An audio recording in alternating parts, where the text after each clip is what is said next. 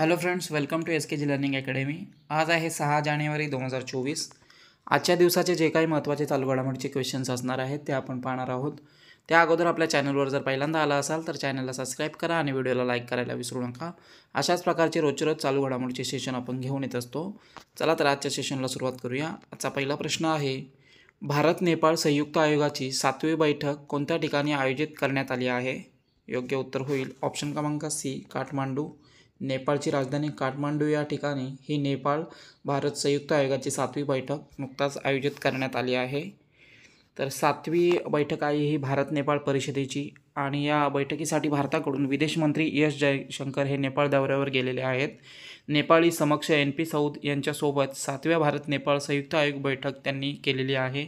या बैठकीमध्ये सामुदायिक विकास योजनांची अंमलबजावणी, दीर्घकालीन वीज आयात, 10 वर्षात 10,000 मेगावॅट वीज आयात, नवीकरणीय ऊर्जा विकासांमध्ये सहकार्य आणि मुनल सॅटेलाईट या विषयांवर चर्चा झालेली आहे। तर भारत नेपाळ परिषद झालेली आहे। नेपाळची राजधानी आहे काठमांडू, चलन आहे नेपाली रुपया, पंतप्रधान आहेत पुष्पकमल दहल आणि राष्ट्रपती आहेत रामचंद्र पौंडेल। पुढचा प्रश्न पाहूया। सुंदरबन मध हे कोणत्या राज्याशी संबंधित आहे ज्याला नुकताच भौगोलिक संकेत म्हणजे GI टॅग प्राप्त झालेला आहे? तर सुंदरबन मध याला नुकताच GI टॅग प्राप्त झालेला आहे। पश्चिम बंगालमधील हे मध आहे आणि या मधाला नुकताच भौगोलिक संकेतांक प्राप्त झालेला आहे, GI टॅग प्राप्त झालेला आहे सुंदरबन मध याला। त्याचप्रमाणे अजून 2 उत्पादनांना GI टॅग प्राप्त झालेला आहे, काळा नुनिया तांदूळ आणि गोरंत आणि कोडियाल प्रकारच्या साड्या यांना देखील GI टॅग प्राप्त झालेला आहे। तिन्ही वस्तू या पश्चिम बंगालमधील आहेत।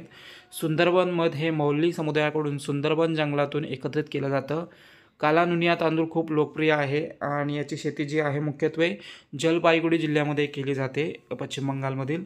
तर कोडियाल साडीचे उत्पादन हे मुर्शिदाबाद जिल्ह्यातील मिर्झापूर या ठिकाणी प्रामुख्याने होतं। पुढचा प्रश्न पाहूया।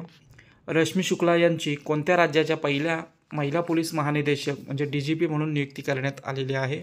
योग्य उत्तर होईल ऑप्शन क्रमांक ए, महाराष्ट्र राज्याच्या नवीन DGP म्हणून पहिल्यांदाच एका महिला IPSची नियुक्ती करण्यात आलेली आहे। रश्मी शुक्ला यांची महाराष्ट्राच्या पहिल्या महिला DGP म्हणून नियुक्ती करण्यात आलेली आहे। 1988 तुकडीच्या IPS अधिकारी आहेत।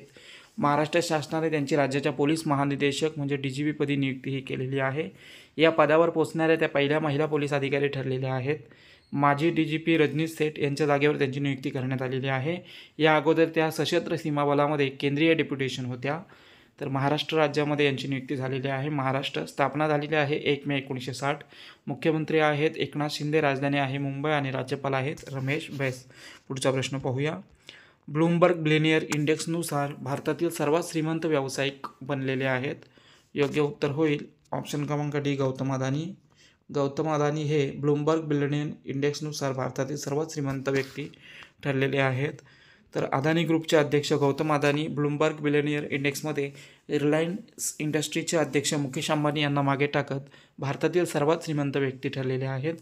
जागतिक श्रीमंतांच्या क्रमवारीमध्ये गौतम अदानी हे 12व्या क्रमांकावर आहेत। त्यांची एकूण संपत्ती $97.6 बिलियन इतकी आहे। तर मुकेश अंबानी हे 13व्या क्रमांकावर आहेत, त्यांची एकूण संपत्ती $97 बिलियन इतकी आहे। तर जगाच्या दृष्टीनं पाहिलं तर श्रीमंतांच्या यादीमध्ये प्रथम स्थानावर टेस्ला कंपनीचे CEO एलन मस्क हे आहेत। पुढचा प्रश्न पाहूया। तुरडाळ खरेदी पोर्टल कोणी सुरू केला आहे? योग्य उत्तर होईल ऑप्शन क्रमांक बी, अमित शहा यांनी नुकताच तुरडाळ खरेदी पोर्टलचे उद्घाटन हे केलेलं आहे। तर केंद्रीय गृहमंत्री अमित शहा यांनी नवी दिल्ली येथे तुरडाळ खरेदी पोर्टलचे उद्घाटन हे केलेलं आहे। भारतीय राष्ट्रीय कृषी सहकारी विपणन महासंघ नाफेड आणि भारतीय राष्ट्रीय सहकारी ग्राहक महासंघ NCCF यांनी हे पोर्टल तयार केलेलं आहे। या पोर्टलच्या साहाय्याने शेतकरी स्वतः आपली डाळ ऑनलाईन विक्री करता येणार आहे त्यांना, तसेच डाळ विक्रीतून आलेले पैसे थेट शेतकऱ्यांच्या हातामध्ये हे येणार आहेत। या पोर्टलमुळे शेतकऱ्यांसाठी नोंदणी, विक्री आणि मोबदला प्रक्रिया ही सुलभ होणार आहे। पुढचा प्रश्न पाहूया। लिओनेल मेसीच्या स्मरणार्थ किती नंबरची जर्सी निवृत्त करण्याचा निर्णय अर्जेंटिना फुटबॉल महासंघाने घेतलेला आहे? तर लिओनेल मेसी याच्या स्मरणार्थ नाही तर हे सन्मानार्थ आहे। सन्मानार्थ किती नंबरची जर्सी निवृत्त करण्याचा निर्णय अर्जेंटिना फुटबॉल महासंघाने घेतलेला आहे? तर योग्य उत्तर होईल या प्रश्नाचं ऑप्शन क्रमांक ए 10 नंबरची जर्सी लिओनल मेसी हा परिधान करत होता आणि आता त्याच्या सन्मानार्थ ही 10 नंबरची जर्सी अर्जेंटिना फुटबॉल महासंघाने निवृत्त करण्याचा निर्णय नुकताच घेतलेला आहे. अर्जेंटिना देशाचा हा फुटबॉल खेळाडू आहे लिओनल मेसी. क्रिकेटमध्ये देखील भारतीय क्रिकेटर सचिन तेंडुलकरची 10 नंबरची जर्सी ही BCCIकडून निवृत्त करण्यात आलेली आहे. तसेच नुकताच भारतीय क्रिकेट संघाचा माजी कर्णधार महेंद्रसिंग धोनी याची 7 नंबरची जर्सी देखील निवृत्त करण्यात आलेली आहे. पुढचा प्रश्न पाहूया.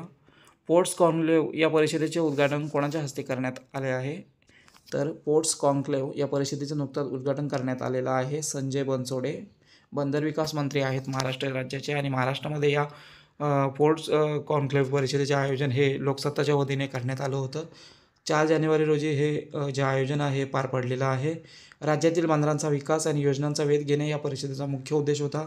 महाराष्ट्र राज्याचे बंदर विकास मंत्री आहेत संजय बनसोडे यांनी या परिषदेचं उद्घाटन केलेलं आहे आणि या परिषदेची जी सांगता आहे कार्यक्रमाची सर्वानंद सोनोवाल केंद्रीय मंत्री यांनी केलेली आहे. 2023 या आर्थिक वर्षामध्ये राज्यातील बंदरांमार्फत $73 अब्ज निर्यात ही केली गेली होती. पुढचा प्रश्न पाहूया. सक्सेस मसरा कोणत्या देशाचे नवे प्रधानमंत्री बनलेले आहेत? योग्य उत्तर होईल ऑप्शन क्रमांक सी चाड या देशाचे नवीन पंतप्रधान बनलेले आहेत. सक्सेस मसरा यांची नुकताच निवड ही करण्यात आलेली आहे. चाड सरकारने माजी विरोधी पक्षनेते सक्सेस मसरा यांची देशाचे नवे प्रधानमंत्री म्हणून नियुक्ती केलेली आहे. चाड हा उत्तर मध्य आफ्रिकेतील एक देश आहे.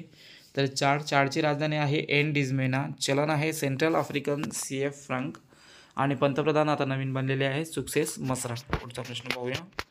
कोणत्या देशाने इस्रायल विरुद्ध आंतरराष्ट्रीय न्यायालयात नरसंहाराचा खटला भरला आहे? योग्य उत्तर होईल ऑप्शन क्रमांक बी दक्षिण आफ्रिका.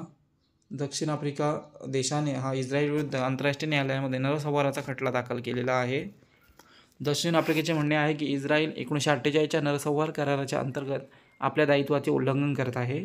त्यामुळे दक्षिण आफ्रिकेने आंतरराष्ट्रीय न्यायालयात याविरुद्ध खटला भरलेला आहे. संयुक्त राष्ट्र नरसंहार करार 1948 रोजी अंमलात आला होता. आंतरराष्ट्रीय न्यायालय हे संयुक्त राष्ट्राचे प्राथमिक न्यायिक अंग आहे जे आंतरराष्ट्रीय कायदेशीर बाबींमध्ये प्रमुख घटक म्हणून काम करते. 1945 मध्ये आंतरराष्ट्रीय न्यायालयाची स्थापना करण्यात आली. आंतरराष्ट्रीय न्यायालयाचे मुख्यालय हेग नेदरलँड या ठिकाणी आहे. पुढचा प्रश्न पाहूया.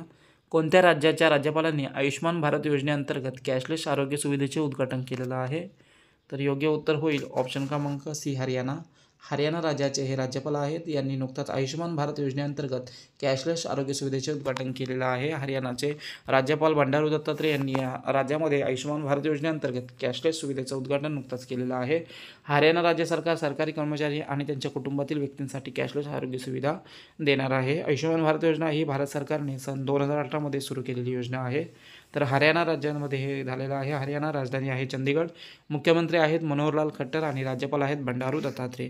पुढचा प्रश्न पाहूया. रिसर्च अँड रेटिंगने आर्थिक वर्ष 2024साठी भारताचा GDP वृद्धी दर किती राहणार असल्याचा अंदाज लावलेला आहे? योग्य उत्तर होईल ऑप्शन क्रमांक डी 6.7%. 6.7% इतका 2024मध्ये भारताचा GDP वृद्धी दर राहणार असल्याचा अंदाज इंडिया रिसर्च अँड रेटिंगने लावलेला आहे. तर इंडिया रिसर्च अँड रेटिंग आर्थिक वर्ष 2024साठी GDP वृद्धी दर हा 6.2% वरून 6.7% वाढणार असल्याचे सांगितलेलं आहे.